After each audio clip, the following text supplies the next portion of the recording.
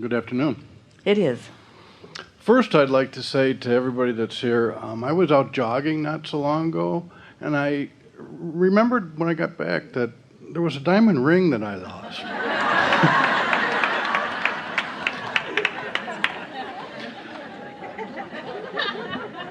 Sometimes it's fun just to be fun. Everybody that's here has probably learned how to create things or learned that they are a creator. And I find that, well, the other day, it was so simple. I needed a certain sum of money to pay a bill, and I had no idea where it was coming from. It was a lighthearted kind of moment. I was driving down the road, and I had a thought, I need to call so-and-so, which is a customer of mine. And so I did. I just acknowledged the need to make the phone call. I made the phone call, and the gentleman wanted to spend a significant sum of money more than what I needed that moment. And I deviated from my route where I was going to go. I met with the gentleman, and he wrote us a check for exactly the amount of money that I needed at that moment. It was a wonderful experience. It was one of those experiences that every one of us have had in some Because form. your inner being knows what you're asking for, knows where you stand in relationship to it, knows what your path of least resistance is to call you to it. And when you're in that light-hearted mode, you hear the calling and you can go directly, immediately to the unfolding that you're asking for. That's just how it is. The cool part about it was not the dollar value. The cool part about it was the experience, the essence, the feeling that I got at that moment where I picked up the phone, I called my wife and I said, "You're not going to believe." Really good creating. Really good creating. There is a feeling of surprise and delight in it. We look forward to both of you feeling like, well, of course. In other words, this is just how it works. Well, of course. This is just how it works. But of course. This is just how it works. But of course. Of course. Of course. And then you can say things to the universe like, it's going to be really fun to see the way you work this one out. I'm really going to enjoy watching the unfolding of this one. What I had in my mind was, after the event occurred, was, well, gosh, why wasn't I asking for $10,000 more than what I needed? But feel the engines that you stacked on the other end of the train just then. In other words, there's resistance in that statement. Can you feel it? Yeah, I can. Yeah. But in that, there is another launching of desire that says, hey, I can be or do or have anything. And I'm setting my horizons higher. I'm setting my sights higher. I'm getting clear about how this works. I'm feeling more sure about it. That is how it works. You see, on the one hand, we want to say to all of you, it isn't such a good idea when you count on situations or conditions in order to have a reactive, good feeling response. That isn't such a good idea because you can't control the conditions in the beginning. But after you get the hang of this, and you do begin to literally conjure and control conditions, then you can focus upon the condition that just happened as a sort of leverage or momentum builder for the next and the next and the next, because the better it gets, the better it gets, the better it gets, the better it gets. And the reason for that is because your expectation gets into a better place. There's a game that we offered. It's in the Ask and It Is Given book. And in the beginning, there were about 25 people who were visiting with us in Jerry and Esther's living room who began playing this game.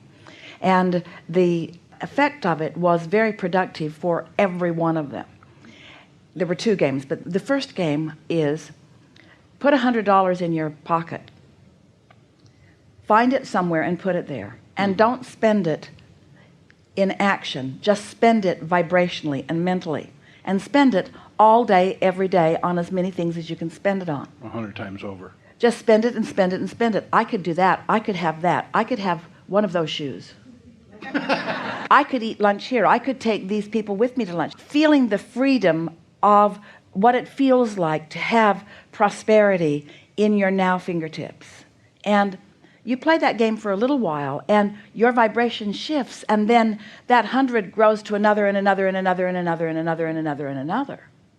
Another game. You started this trend of conversation, and it's so helpful because you said, I just like to be playful about things. And so if you could turn the angst that any of you feel about money into the game, the delightful game of money, just that shift in the way you feel about it would shift your point of attraction.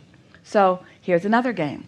Take a columnar pad and list all of your outgoing expenses. The largest one, let's say, is usually a house payment. So put that in the far right-hand column. And then the next one's usually a car payment. So put that next.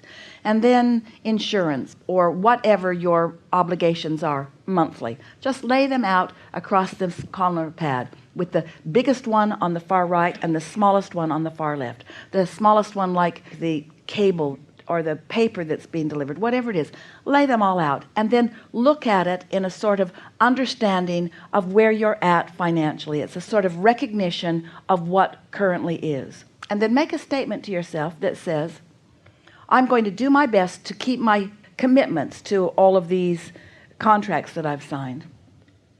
And in some cases, I'm going to do twice what I've said I would do.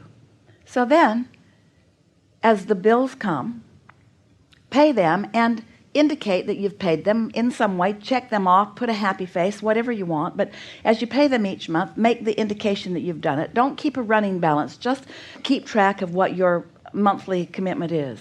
And on the smallest one, if you can, pay it twice. And if you can, on the next one to the smallest one, pay it twice too. So now you're saying, not only am I prosperous enough to do what I said I would do, in some cases I'm doing double what I said I would do. And what you'll notice is that in a very short period of time, this far left column will evaporate altogether. In other words, that may be something. For one person, when they were playing the game, it was a bicycle that they had purchased at Sears. And it wasn't very long before that payment was gone in the next column too. Because prosperity is not only about the dollars that are coming in. Prosperity is about the dollars that are going out. It's about the balance between the in and the out. But it is also about the way you feel about what's going in and out. And so what begins to shift for you is that this begins to feel like a game. People said to us, I'm actually, instead of dreading going to the mailbox to see what's there, I'm eager to see what's in there so that I can apply it to this game. People began paying their bills not when they were due, but when they first came, because the game became fun.